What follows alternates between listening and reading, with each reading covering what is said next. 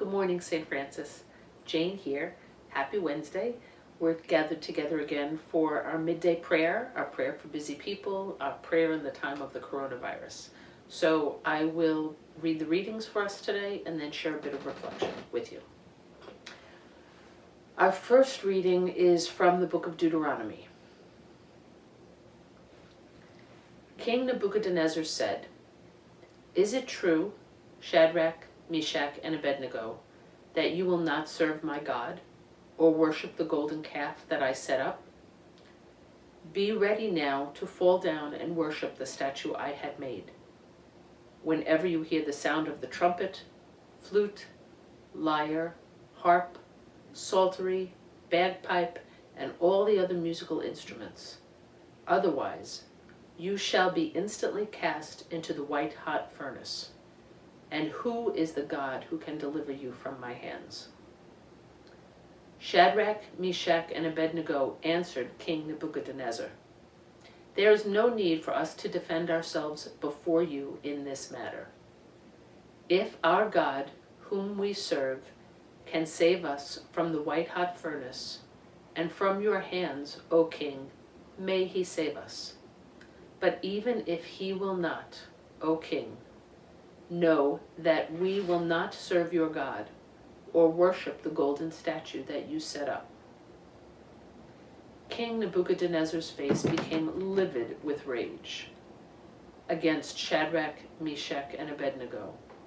He ordered the furnace to be heated 7 times more than usual and had some of the strongest men in his army bind Shadrach, Meshach, and Abednego and cast them into the white-hot furnace.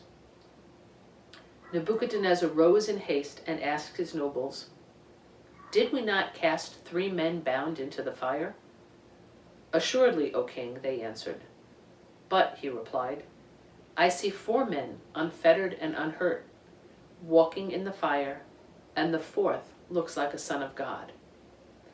Nebuchadnezzar exclaimed, "Blessed be the God of Shadrach, Meshach, and Abednego, who sent his angel to deliver the servants who trusted in him.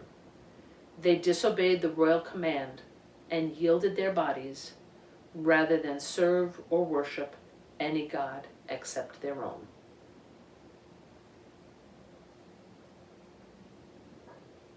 And our gospel reading today is from the Gospel of John.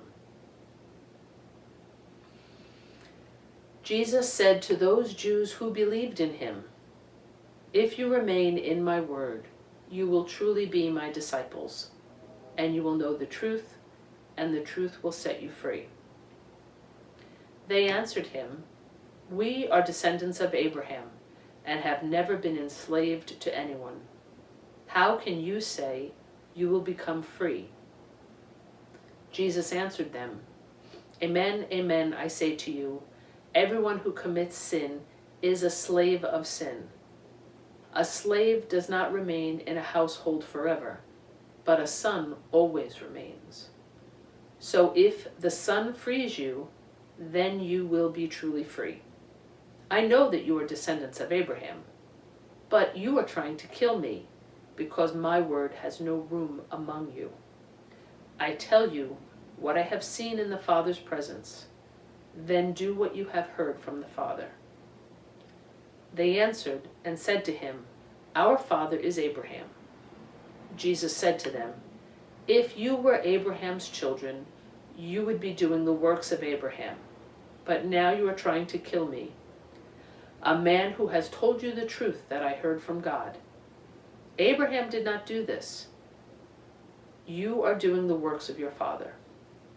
So they said to him, "We were not born of fornication. We have one Father, God."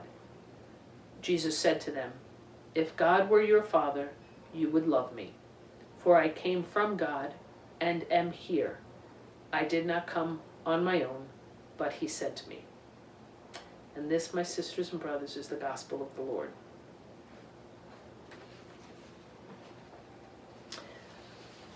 So I had the opportunity to go for a walk the other day, and I found myself by the river and found a spot to sit quietly. And as I was there, I realized it was the first time I had been alone for 2 weeks. As I sat and I watched the river flow, I relaxed and I took some deep breaths.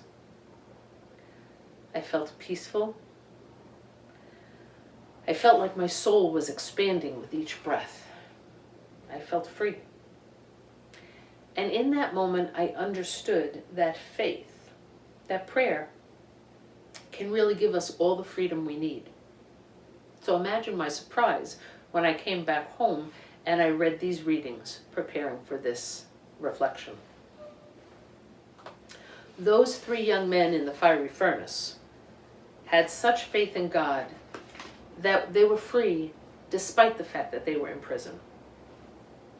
Which begs the question, how free are we in the midst of our social isolation? Am I stuck at home or am I safe at home? Perspective makes all the difference, doesn't it? In that gospel, Jesus is speaking to folks who already believe in him, but they still don't understand him. They're playing word games about what it means to be free, how they're not slaves any longer because they're children of Abraham. Jesus very clearly promises us that the truth will make us free. And I ask myself, how? I ask myself, what does being free mean in the midst of probably another 4 weeks of being quarantined at home? Because really, honestly, just how truthful, just how honest do I want to be with the folks I'm living with, or even with myself, if there's no escape in sight?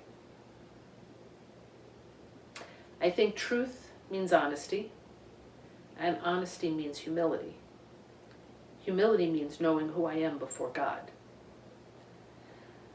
If I can learn to be more comfortable with who I am before God, my faults as well as my virtues, then maybe I'd be easier to live with. It comes down to, I think, if I'm kinder to myself, perhaps I can be kinder to others. And perhaps that's how the truth makes us free. Amen.